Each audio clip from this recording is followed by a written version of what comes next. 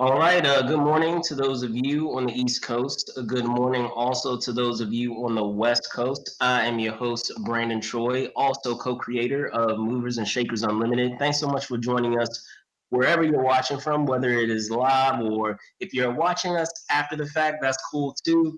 As you will know, every Saturday we try to make it a point to give you guys a rundown of the goings on in pop culture, all facets of it, whether it's, we're talking sports or we're talking film and TV, talking theater, talking entertainment business. We try to keep you guys covered. Try to do this, like I said, every Saturday. And of course, I'm never alone in talking about these said topics. So it is my pleasure, as always, to welcome my co host, Mr. Spillman Trueheart, AKA Spills. What's going on, sir? What's up, ladies and gentlemen? How's it going? Welcome, welcome. The month of June. This year is flying past. So fast the year is flying past. How's it going? It's going good, man. It's going good. So, without further ado, let's dive in. I know we were supposed to be starting a little earlier, guys, but we were just having, a minor hiccup this morning. So we're all good. So let's get it going. First thing I want to talk about is a little character known as Homelander. Oh yeah. As you guys know from the Amazon show The Boys, Homelander is now a playable character that we have in the latest Mortal Kombat game. Of course, they dropped the trailer, giving us a peek at some of, the moves that he has in the games, as well as, of course, his super, I guess you can call it, or his special move, as well as his fatality. Spillman, what are your thoughts on having, this latest addition to the world of Mortal Kombat? I think that the boys and Mortal Kombat just go well together.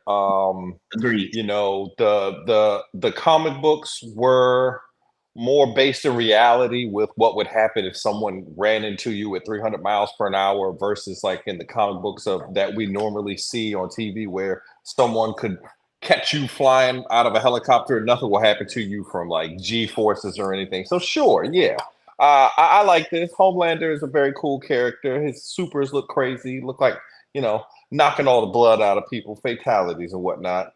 I think this was a good port that they've used. Mortal Kombat, like we've said before, is done better than like Street Fighters or Tekken's with bringing in like characters people want to play that are like, I wonder what they would do in this mechanic, because really, that's what we care about. We want to see people get the snot beat out of them. So that's what I like to see. Indeed. Well, I guess I'll say is when it comes to a lot of these characters that we've seen that have been added to the roster of Mortal Kombat. First off, kudos on them of being able to secure a lot of these, characters. Because I mean, whenever you have any gamers or just pop culture,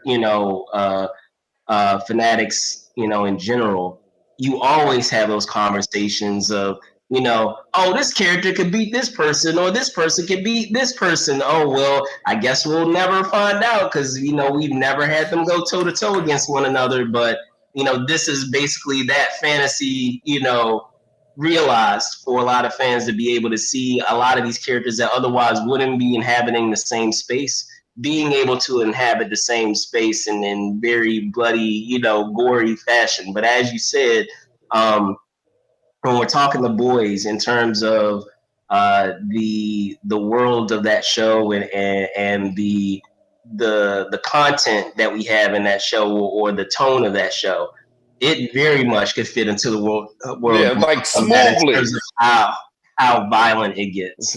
Like it's right in there. Yeah. So I love some of the callbacks that they have of just the character in and of itself. The whole thing with the milk and all of that. Pretty wild. But yeah, no, really cool to have this character be able to make his debut in the game. So any last thoughts before we hop into like the nuts and bolts of like the film and TV stuff? No, just y'all got to send me a copy, Mortal Kombat. Konami, Midway, whichever one of y'all is doing it now, hold us down. Yeah, there you go. So switching gears out of gaming, I wanted to, as I said, get into film and TV, and there are a lot of components that were things that dropped this week in terms of film and TV news. And I apologize if I'm butchering your name. I'm going to pull it up here.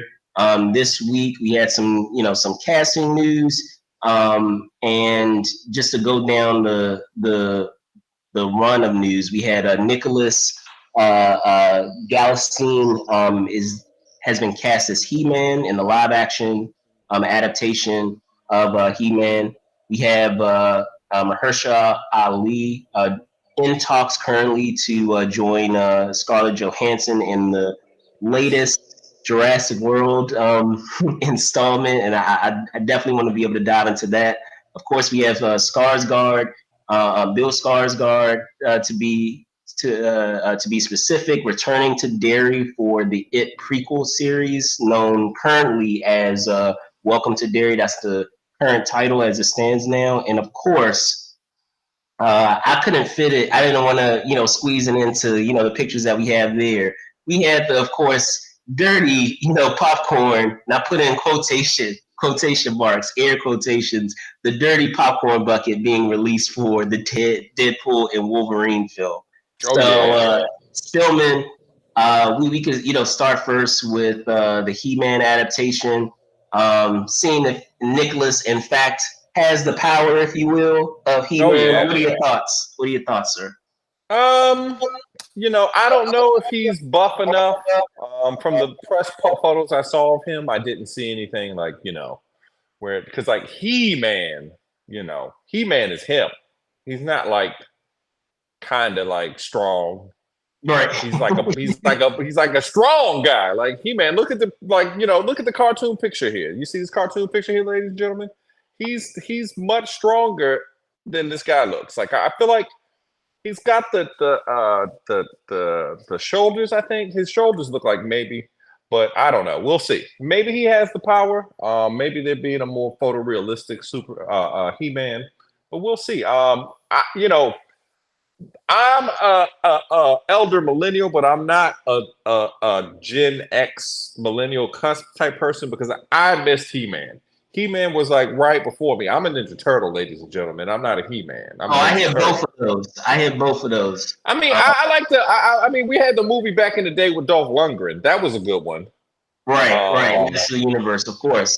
No, yeah. I mean, I had the figurines. I think at that point, the show was a couple of years in, so like it hit right at the time, like at the perfect time of me. I guess I was like, gosh, I think at that point actually that it was in syndication because it didn't really last too many seasons, but it was in syndication by the time I was watching it. So like I still had a chance to see episodes because I was like, we're talking turn of the 80s into the 90s. I would have only been like 3-4 years old. So we remember watching it, and I remember going to, I think it was I can't remember if it was Ice Capades or it was some show that a relative of mine took me to, and we had, I remember like buying like the sword and everything. So you know what? I think I had a sword too, though. Yeah, the light of sword. Yeah, the house. Yeah. So, only time will tell. I mean, I'm not too concerned about like the what you were saying in terms of the build. I feel like that's something that can be trained. As long as you have someone who can, embody, what the character is about. I feel like you could still, be able to pull off the physique or the build that's necessary in order to do that. So we'll see. I haven't seen a whole bunch of his work, but I'm from what I understand, he is someone, from what I saw, has worked with because MGM, I believe, is the company that is moving on this project, and he has done a great deal of projects under that organization, under that company. So they clearly feel comfortable enough with prior projects that they've had him in to have him act as the face of this franchise, or say potential franchise, if you will. Now, getting into the Jurassic World of it all, I know we were Oh talking yeah. about. Oh yeah. I know we were talking about a lot of and just talking about IPs in general. You just talking about He-Man. You had commented on Ninja Turtles. Jurassic Park, once again, was another movie that very much hit at the right time. I was going through a dinosaur phase where I was obsessed with dinosaurs. Oh yeah. And so it came out at the perfect time, early 90s, where I was obsessed with dinosaurs. But the thing that kind of worries me about this news is that I was under the impression that this franchise was over. Like, if memory serves, the last film that we had was quote unquote the end of, unless it was quote unquote the end of the franchise. That they were just going to wrap it and close it, bookend it, like after that last installment that we had with our dinosaurs being living or coexisting among human beings. Spoiler, but I mean it's been out for a couple of years at this point. But I don't know how I feel about this. I feel like, okay, if you guys are doing another installment, I would assume that there is something else that you guys are looking at as a potential new angle that you could use. I know for a long time before they even started that trilogy that we had with Jurassic World, I don't know if you remember this, they had some concept art of dinosaurs that were like human hybrids or something. So maybe they're going down that angle. Maybe that's I pray the they don't. So I don't know, but what are your thoughts on this? I mean, you can't go wrong with Mahershala Ali, two-time, Oscar winner, but still, is there more to milk from this franchise? I feel like they've done everything that they could possibly do thus far.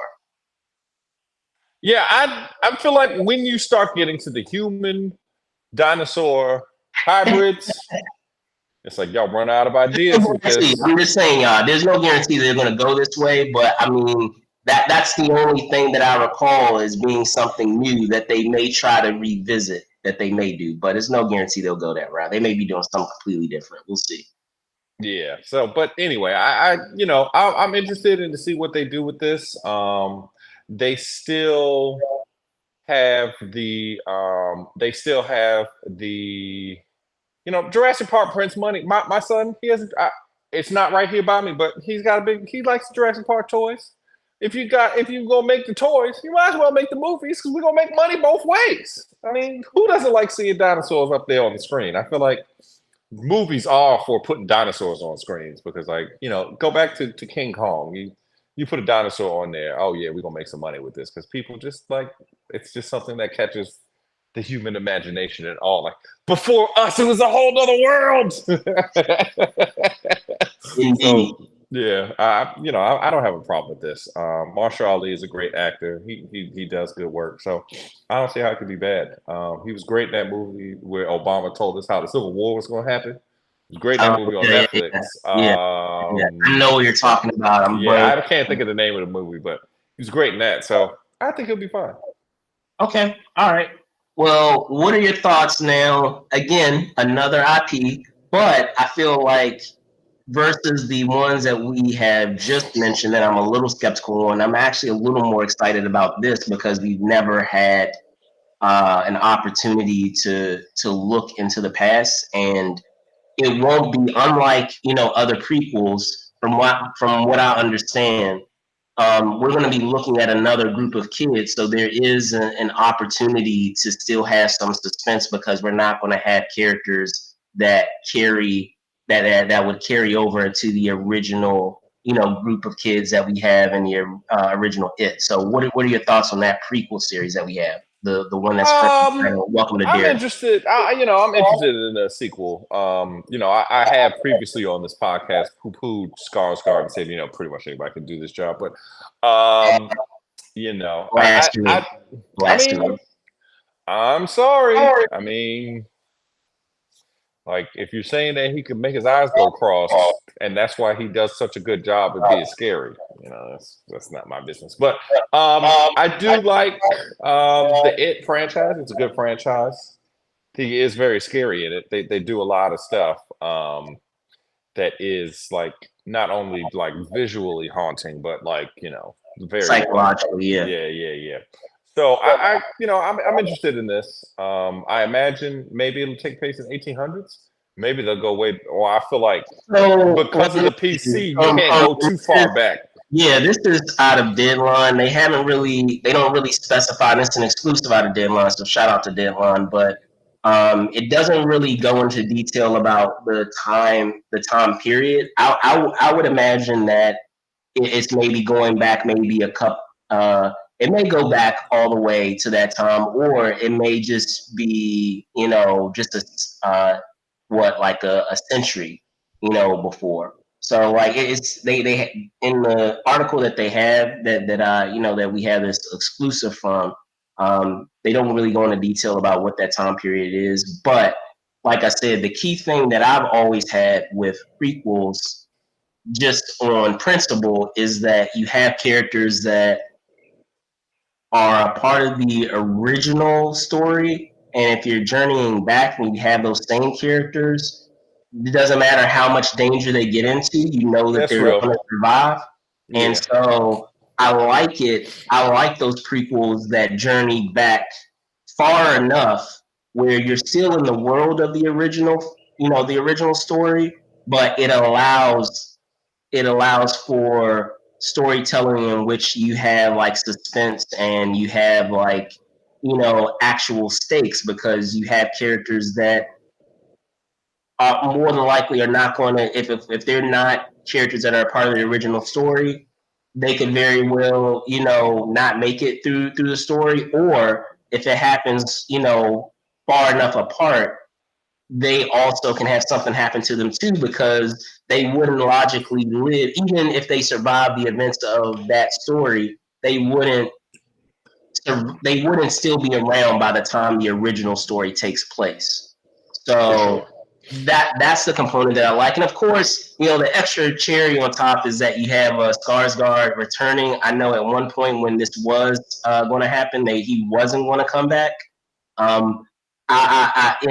He still needs those checks. He isn't truly rich yet. He can't say no. He need that money. While I love Bill Skarsgård as an actor, and I think he's an outstanding actor, the cynical part of me, in terms of how the industry is right now, in terms of how movies are doing at the box office, makes me feel that he probably had a change of heart in terms of turning down coming back for this part, when they circled back to him and asked him again to do it, that he probably decided to do it, because in terms of the projects that he's recently done, going down the list, I mean, some of those films haven't had the outcome, or I should say the success that I think perhaps that he was anticipating they would. And then on top of that too, there is a great deal of skepticism surrounding, unfortunately, because as I said, I believe he's a terrific actor, but I feel like he is going up is going up against a difficult situation by trying to follow up after Brandon Lee in that Crow remake that's about to come out this summer. So here's a film I recently saw Boy Kills World. I don't know if you've seen it. It's very like John Wick, the John Wick-esque, and The Raid, very much in kind of like the vein of The Raid. And it's a really fun, zany, crazy film, and I enjoyed it a lot. But for whatever reason, it didn't do like gangbusters, at the box office. So, with those recent releases, outside of John Wick, which I don't really count John Wick for him being the villain in John Wick 4. I don't really count that because I feel like John Wick is still going to do John Wick figures even without him being in it. If we're removing, how big, John Wick Chapter 4 did, Boy Kills World didn't do all that great. And I mean, based off of all the pessimism that's surrounding The Crow, even though it hasn't even come out yet, I don't know how people can like feel that way without even seeing the film. I feel like you should still be able to give it a shot. He may have thought, hey, maybe I should fall back on this It franchise, because it is something that a lot of people enjoy, and I can continue that momentum of projects that I'm doing, regardless of what happens with upcoming films that how they do when they arrive. So any final thoughts on that on your end before I'm gonna pull up use that moment to pull up this crazy popcorn bucket, but go ahead. I think he should stick with what he know. Stick with what you know. There's nothing wrong with that. I am a big man. They don't ask me to be point guard, ladies and gentlemen. I do what I'm supposed to do. I get rebounds. I push people, get them out of the way. That's what I do. So do what you do. I think so. So we're waiting. We're going to do this, ladies and gentlemen. Ha ha ha. We're going to listen, and we're going to see this amazing popcorn bucket. Amazing popcorn bucket. Okay, let's see. We're still pulling it up, ladies and gentlemen. Also, it is pretty scary. It's scary. Like, a certain someone dressed up like it, and everybody was scared. Then he dressed up like the Joker, and everybody was equally scared again. But, we don't want to talk about him because this is not a gossip podcast, ladies and gentlemen. So I think it's okay. Maybe we lost Brandon. Did we lose Brandon? Brandon, you still there? Yes, I'm still here. One moment. Okay, cool, ladies and gentlemen. There we go. I didn't want to look at this so I could see it fresh. Craziness. Please enjoy your popcorn responsibly. It's insanity, y'all. Insanity. Oh my God. I didn't look at this on purpose because I wanted to see it fresh, ladies and gentlemen. That's a pure insanity. Oh no. So okay, here's the thing. I know there's some folks insane. It's insane to think this, but there are some folks out there that believe that this isn't pushing the envelope enough, and I feel like it's pushing the envelope just enough for you to be able to get away with it. So, like, what are your thoughts? I feel like that's as far as you can push the envelope for a Mickey Mouse organization. Literally, exactly. Like this is it's still the mouse still runs the house, so you can push it. They pushed it real far. It's like, wow. Like, and I feel like this is also because of that Doom popcorn bucket. But I don't feel like the Doom popcorn bucket was something that was like really QC. They didn't quality control it. They were just like, yeah, let's make some sandworms. Sandworms are what's in the movie. That's what people like. Right. But like this, they're like, no. Stare into the gaping maw. Oh my God. Oh, the hand.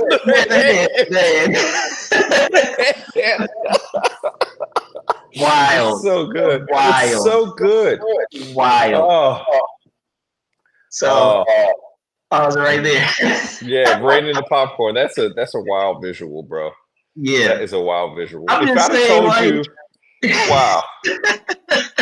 I'm just saying, like, it's just crazy. Like, I'm surprised that they, as I said, that they were able to push the envelope like this. Kudos to Disney, because you're going to have like fans of all I just can't picture a parent allowing their kid to Actually, no. I feel like that's one of those things you buy. But I mean, who's taking their kid to see this movie? If you take your kid to see this movie, you will buy this popcorn for them. You're not thinking smart. Yeah, You're not thinking smart. They're like, of yeah, course I'm gonna buy man. my kid some weird stuff like this. This is crazy. Good Because they're parents in gonna look there, back like, on it. But I mean, right? if you're taking your kid to see Deadpool, a hard R movie where they're like cutting arms off and stuff, you don't need to have a little kid see that.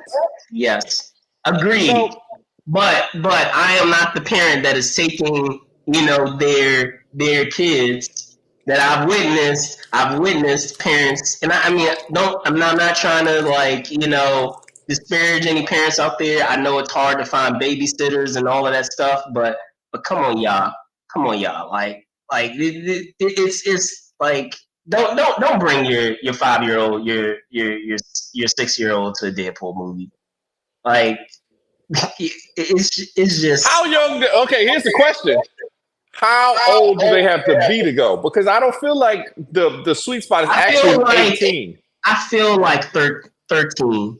I feel like maybe 12 or 13. Like 12 is really pushing it, but I feel like 13 is okay. If you're going with your parent, then that it is what it is. Like if Yeah. you're in middle school, like I seventh, feel like eighth because it's grade, middle school humor. It is middle school yeah. humor. So if you're seventh, eighth grade, okay. But if we're talking about like 6, 5 years old, like That's too much. you bring your toddler there, like it's not a good look, man. I feel It's like you not a get a good look. call from the daycare for something like that.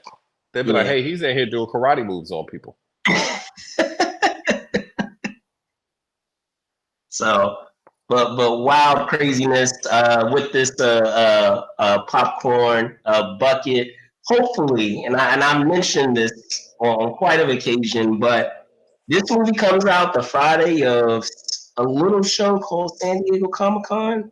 So hopefully, they have something unique for this film since it's releasing the week of Comic-Con. I'm sure that wasn't an accident. I'm sure they looked at their calendars and were like, like when is this is San Diego Comic Con? That would be an ideal time, for us to be able to release, a film like this. I mean, there are a couple of cons that are happening this week, or say not this week, but the week of Comic Con. I mean, you have Comic Con, you have Shore Leave happening, so there are a couple of cons that are happening. So I'm sure it wasn't an accident on their part to see that you have a huge section of your demographic, so to speak, of people that are going to see your film that are already going to be in the spirit of wanting to do superhero stuff or to go attend superhero related stuff. Why not release it during this week? So any last thoughts before we get into our main topic of what's been going on in our world of sports? If y'all want to send me one of these buckets for free, I will take one. I don't want to pay money for it because I feel like it's a purchase where you're like, come on, man, you could use your money wiser. But if I could get one, of course I'll take one. So yeah. There you go. There you go. There you go. All right. So getting into sports, and I always have it for our main stories. I always have it as our poster here.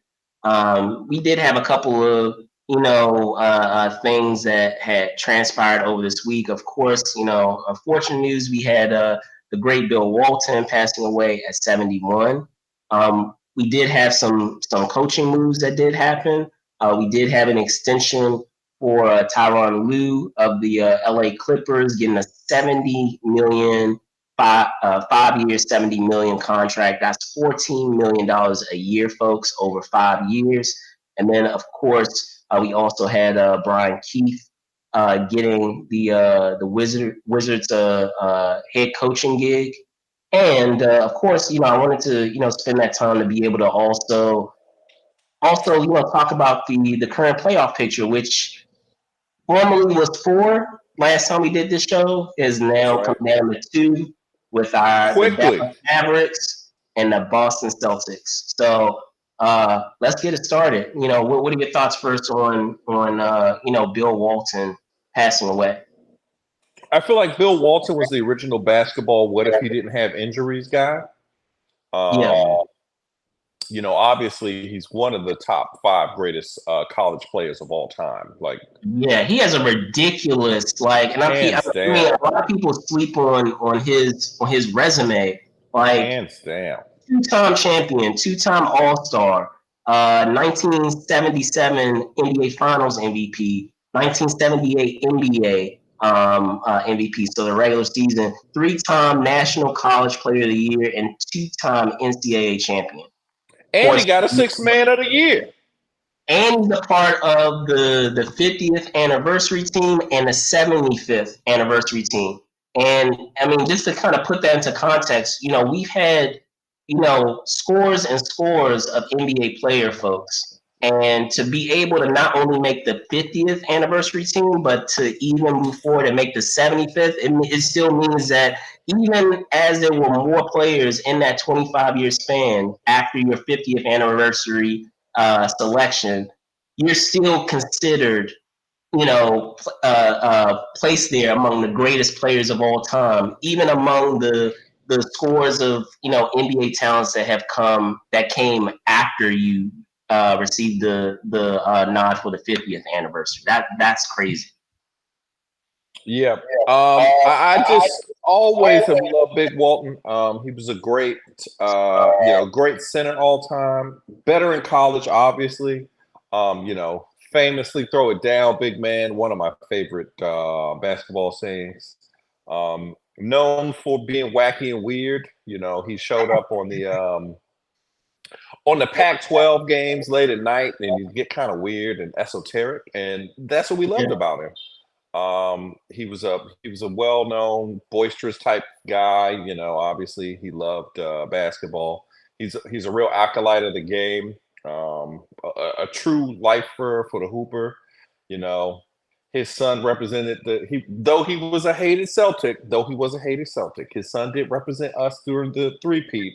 You know, Luke, and we gave him a job for a little while, but you know.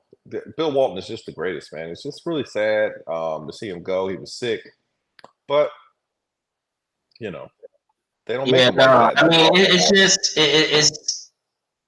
I know I speak for a lot of people in saying that I unfortunately, you know, and I'm, you know, an agent myself. You know, you were probably in the same boat in terms of when we were watching, you know, the NBA. And yeah, he did his work when we were babies. yeah, at that time, I mean, I don't even think like, I mean, I wasn't even around like in his heyday of when he was playing. So, you know, a lot of stuff that I have seen have been highlights, and I mean, his highlights are amazing.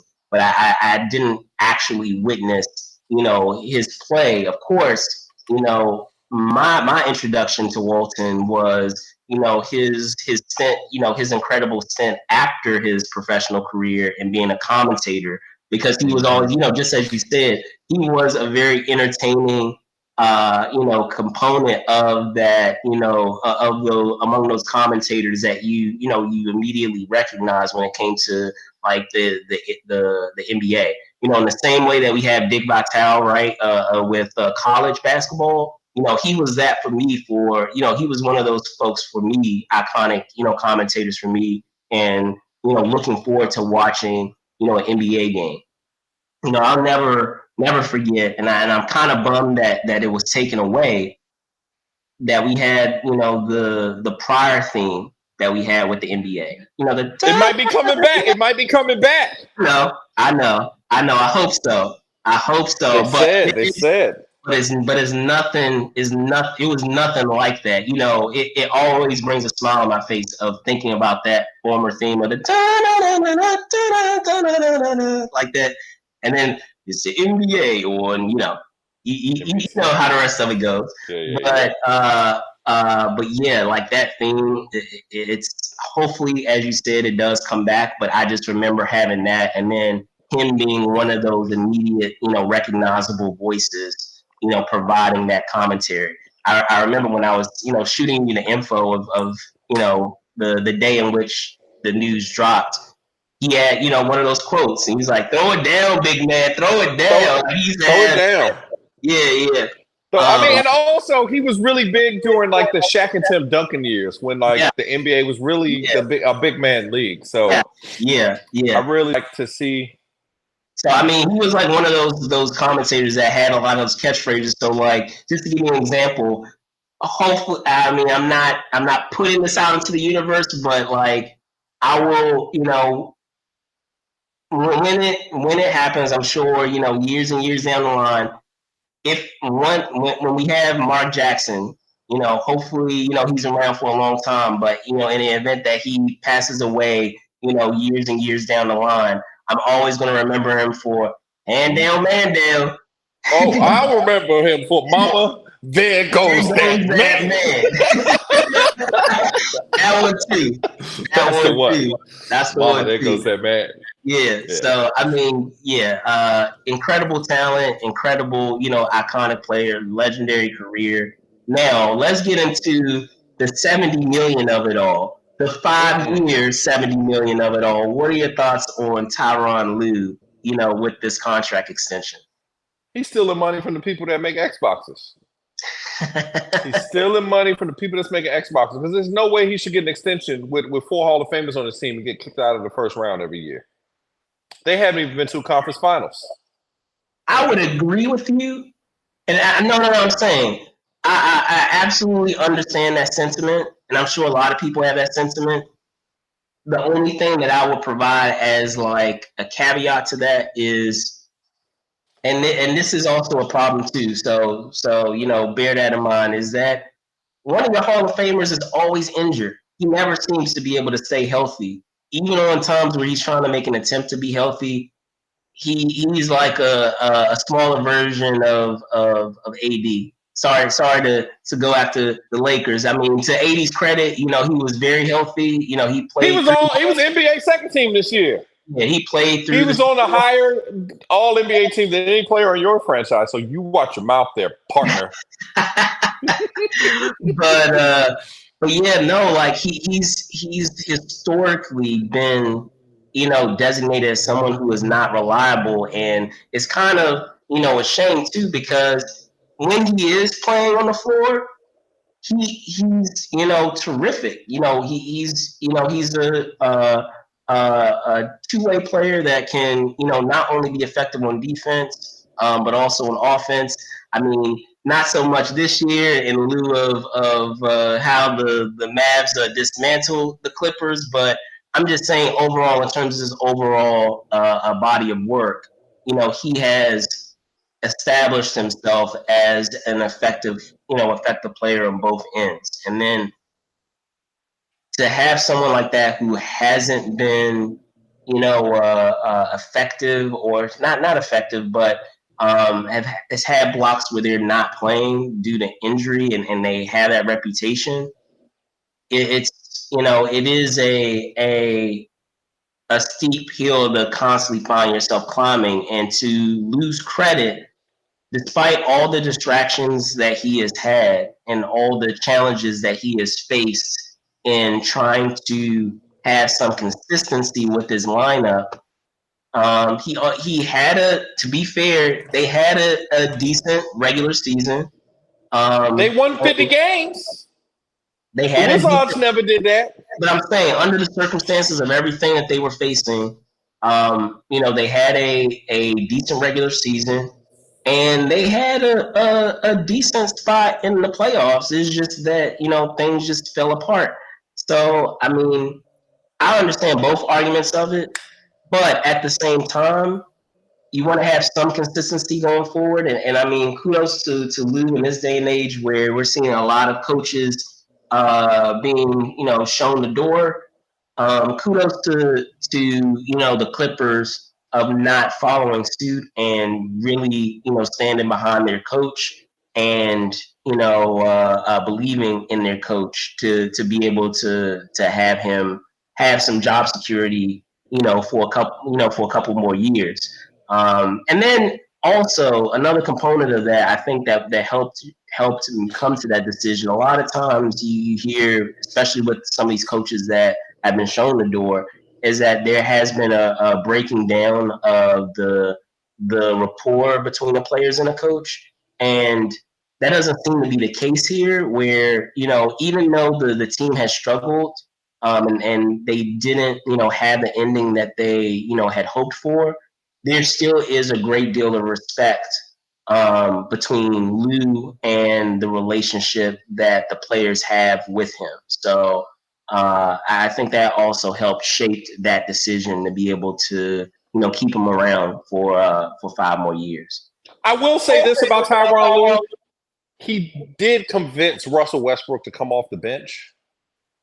I don't feel like there's a lot of people. That was a turning point with those group of players, because before that they were struggling. Like they probably would have been a play-in team, and once that happened, once that adjustment was made, they took off after that during the regular season. I can see that, but. And then I think it's also he's got a good record. He's got a good record in the regular season, but his playoff record is abysmal. And he's been there too long to have such a bad one. But I'll say this too, and you can agree with me or not.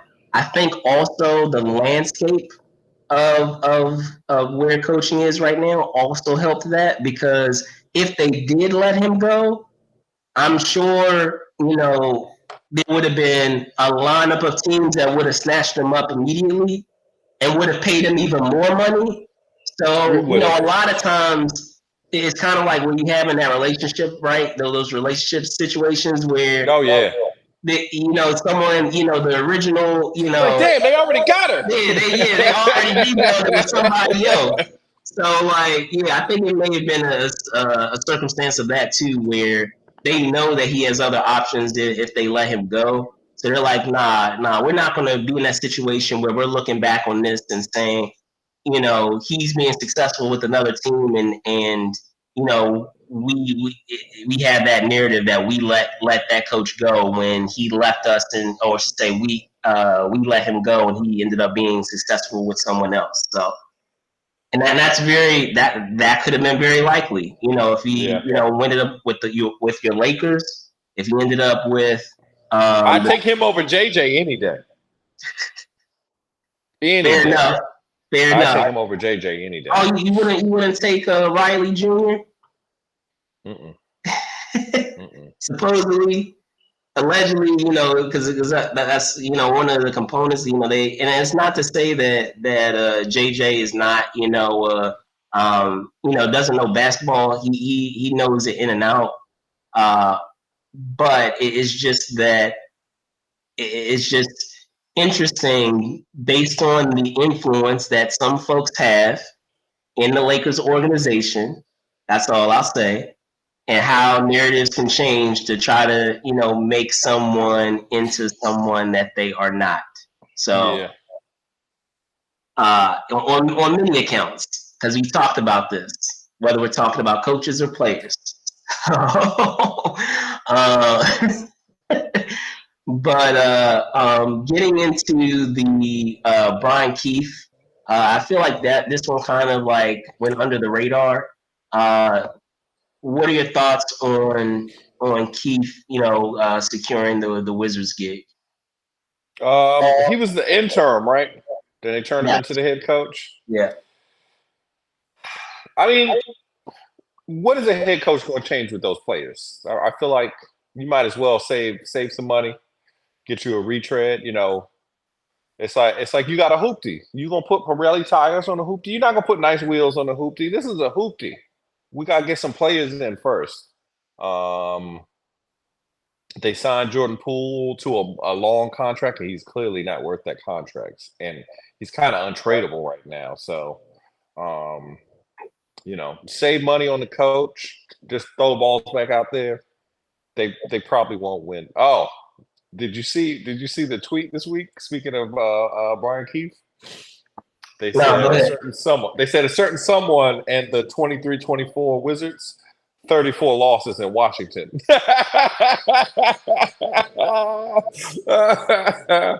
34 home losses. Dang. So I'm just, I mean, he's an okay coach, but I mean, it's still the Wizards. So we'll see. I mean, good for him. Continuity is good, but Who cares? So I think that, I mean, there were a couple of components that played into him, being selected as head coach. I know, and this is a story. This is, in directly on the NBA on their website, and them talking about, some background with Keefe, and during that time that just as you said, he's been an interim coach for the Wizards. He's been able to assist some players statistically in terms of, their development and their improvement. So, I mean, that's something. He's had some success, in the past as an assistant coach and being being with those said teams that, have secured, postseason success. So I guess, you do have that pedigree there. Good afternoon, Ray. How you doing? How you doing? But yeah, so like I don't know. I think it's just as you said. Their focus right now is not necessarily on the coach. They still have the consistency there of having someone that the players know. Because again, just like we mentioned with Tyronn Lue, it's so important to be able to have that rapport and that trust between the coach and the players. So if you have that, you want to be able to continue that momentum. But at the same time, I feel like just as you said, the coaching is the least of their concerns. It's really the personnel. They need to focus on the personnel right now, and then once they focus on the personnel, they can do a deep dive on all the other components of an organization with the coach, with the front office, and all that stuff. But if you have someone who's solid and they demonstrated that they have a decent rapport with your players, why put yourself through another search for another coach when you can continue that momentum while you're focusing on another component of your organization. So. Yeah. Ted was more concerned with getting more money for the team anyway. So he's not concerned about who the coach is. He's trying to save money. So let's be real about that.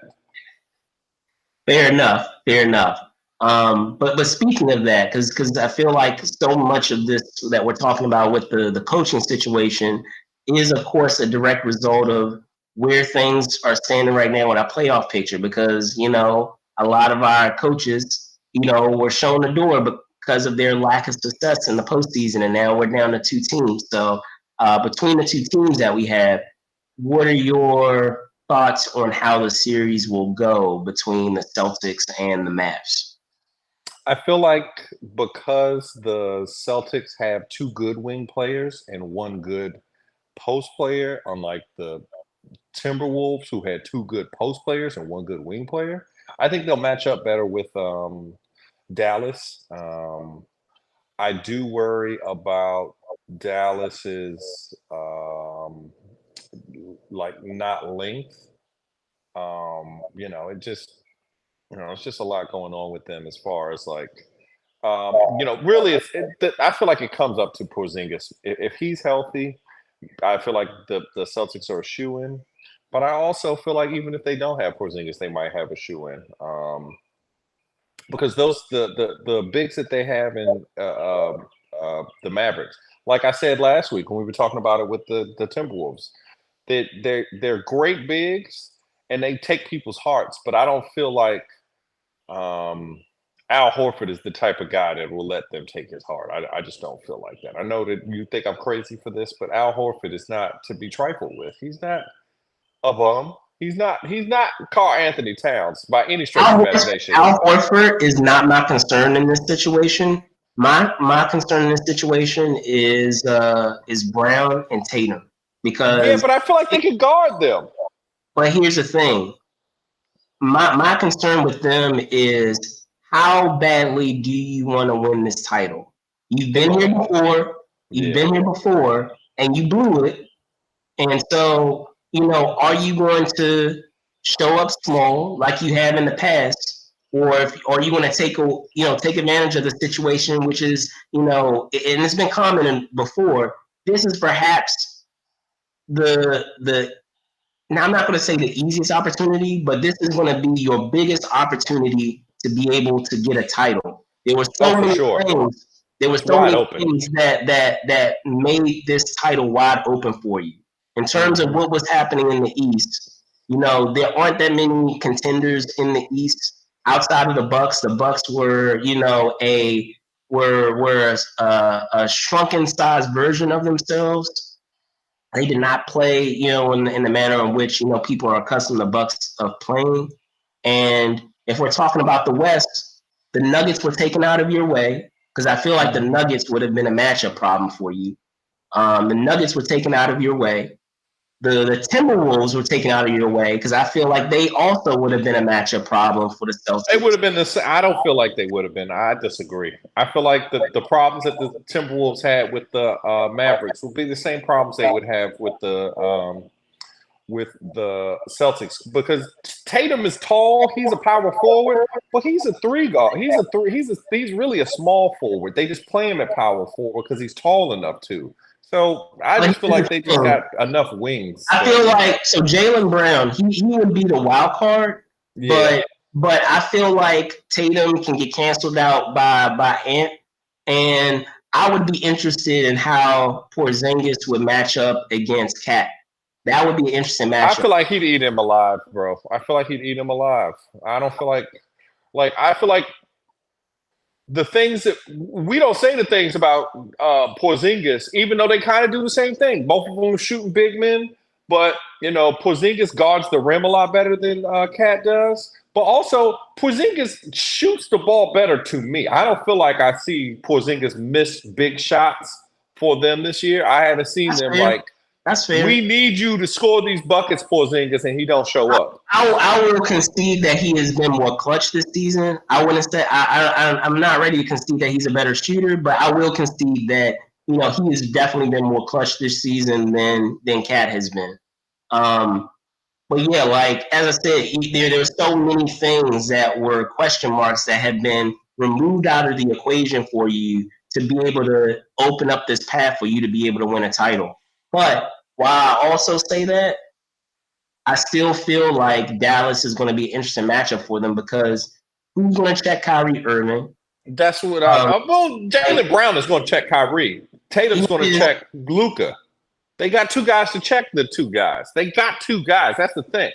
Yeah, but at the same time, like when we're talking about Luka is a type of player where you're not going to like rush him. He's going to play at his own pace. And it's happened, you know, time and time again from series to series where, you know, yeah, it takes some time for him to be able to adjust to, you know, a team style, but eventually he figures it out to be able to, you know, facilitate things in a way where he scores where he wants to score. He passes the ball, you know, provides that assist when he needs to provide the assist. And I feel like with Kyrie, you know, you have a player who has a chip on his shoulders. Many people forget he used to play for the Boston Celtics. He played with a lot of this crew that is in this NBA final. Porzingis used to play with Dallas. Yeah. It's a lot of beef like that. But it's going to be good for the storylines, I think. But I'm just saying, like, in terms of, I feel like the schism is larger with Kyrie and the Celtics than it is with Porzingis and Luka. Yeah, I feel like that schism is far more tense with Kyrie and Brown and Tatum than it is with Porzingis and with Luka. So, you know, you already have that element going. You also have the element that, you know, he has another chip on his shoulder because he's trying to show that he is one of those great players that was able to do it without his tag partner, so to speak, without his, you know, his partner in crime. So, like, if we're talking about, you know, Kyrie, he's going to try to go out. He's going to have something to prove because he's trying to win that title and be able to say, you know, I won a title without LeBron. You know. Oh, I got a question for you. I got a good question for you, not to cut you off. Yeah, no, go ahead. Is the Trae Young, Luka Doncic trade the dumbest trade in history now? Because to me, as soon as they traded them,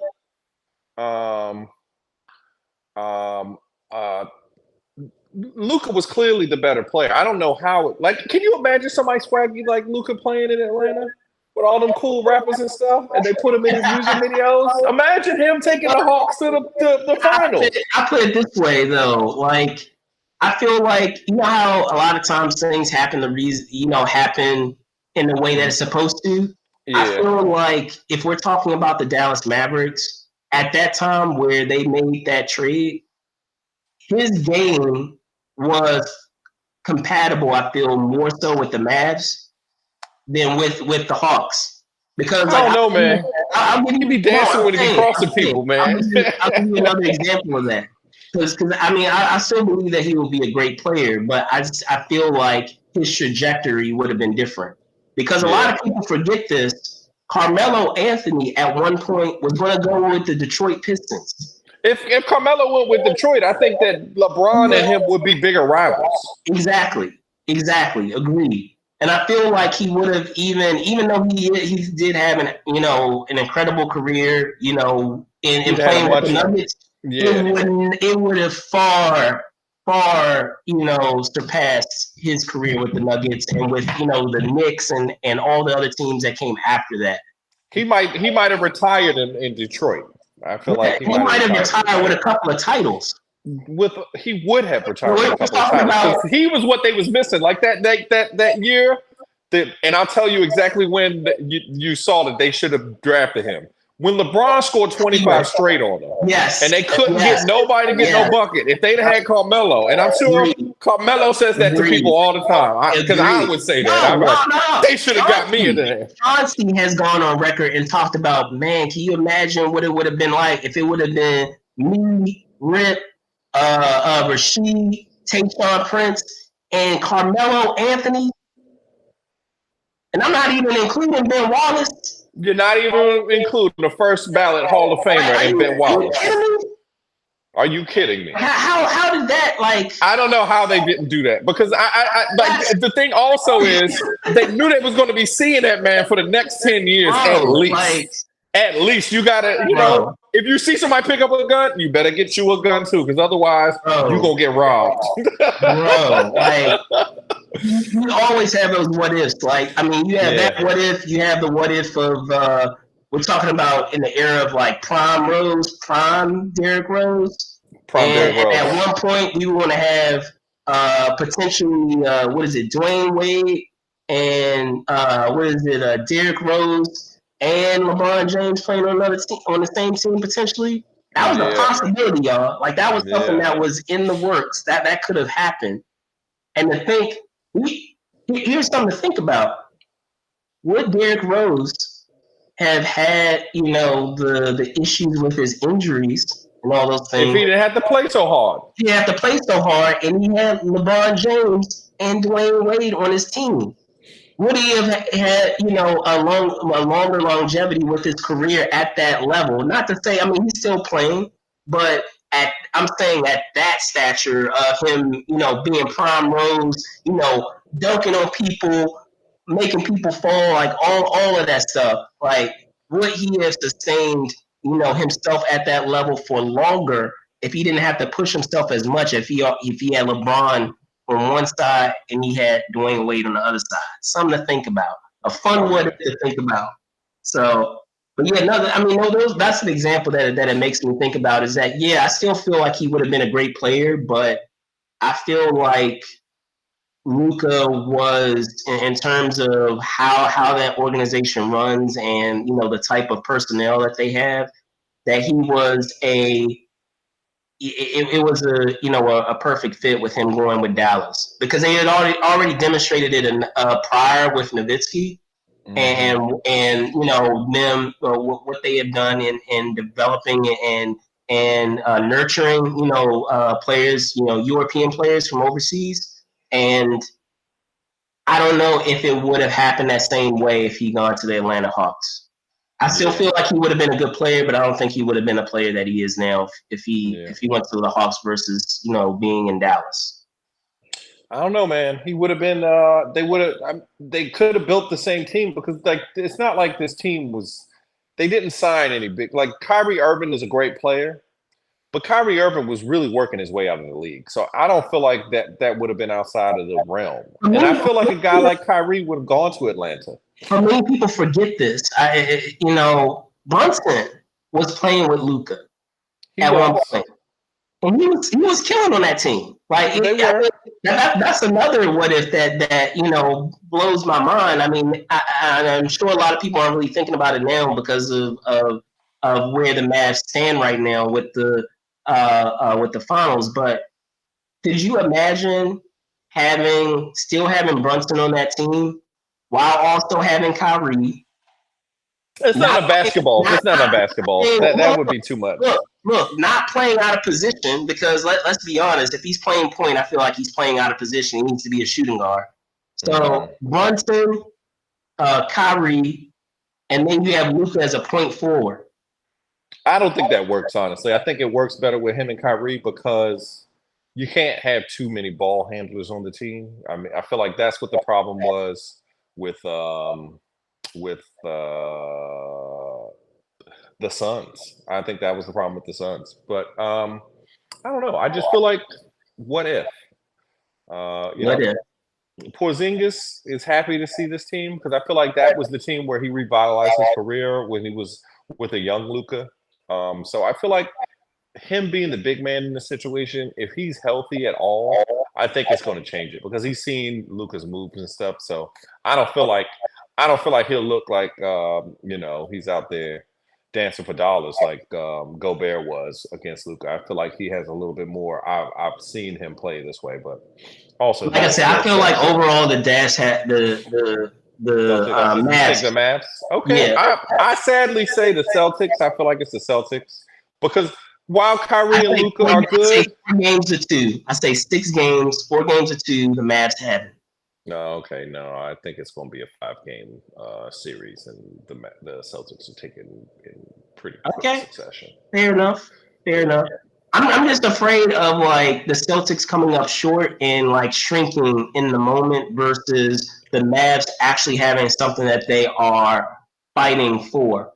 I mean, you have Luka that already has the extension that he's going to be eligible for. So he's playing with house money basically. He already knows that he's going to get paid. But can you imagine how different that will look if he also is going to be an NBA champion on top of that? No, he's looking at $500 million, bro.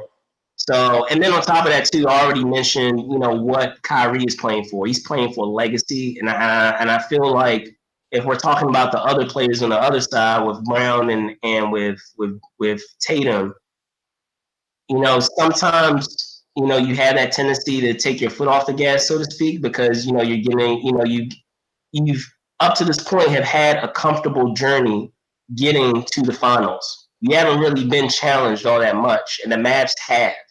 So, I mean, that would be my takeaway in terms of, who I believe would be, ready for the moment versus those who may come up short. But yeah, Celtics on your end, like I said, Mavs on my end. I hate to say it. I cannot believe that I have to admit it. I talked to my friend. He's a big Celtics fan, and I was like, yeah, the forwards that the Celtics have are just so much more experienced than the forwards that the Mavs have, and I feel like that'll be a big problem. Like the forwards, like it was like a prep school versus that inner city school for the last round with the Timberwolves. Like while they were bigger guys, the Mavs just took their heart. I don't see Al Horford and them guys who've been in the playoffs for many, many years and been successful in the playoffs for many, many years, allowing those young boys to come in and take their cookies like that. So I just can't, I know rebounds equal championships, and I just feel like the Celtics are going to out-rebound them. And if you out-rebound them and Kyrie's not getting second shots and Luka's not getting second shots, that's the game to me. So we'll see. We will see. So that is going to wrap up this edition of This Week in Pop Culture. As always, thank you guys so much for watching. Before we go, I'm going to punt it over to my co-host, Mr. Spillman Trueheart. All right, ladies and gentlemen, you can always catch me on Instagram, Truly Spill. We're here every week You know, go out and celebrate with your friends this month. I know that this is a month that people like to celebrate. But you know, 34. What's your favorite person to wear 34, Brandon? Mine is Shaq with the Lakers. Man, I was gonna say, you talking about 34. I thought you want to reference 32. 34. Who's your favorite 34 all time? That's a good question. I guess I would have to go with Shaq. Shaq, yeah. 'Cause, I mean, that's the that would be the only one that comes to mind immediately offhand that yeah. you know is that iconic with that yeah. that number. So Yeah. that's a good pick, Shaq. For sure. So, but once again, I'm your host, Brandon Troy, also co-creator of Movers and Shakers Unlimited. You can find me, as you can see down there, at Brandon Troy ENT on X, and also Brandon Troy _ENT on Instagram. With that being said, guys, thank you guys so much for watching. Be safe out there, and see you soon. Peace.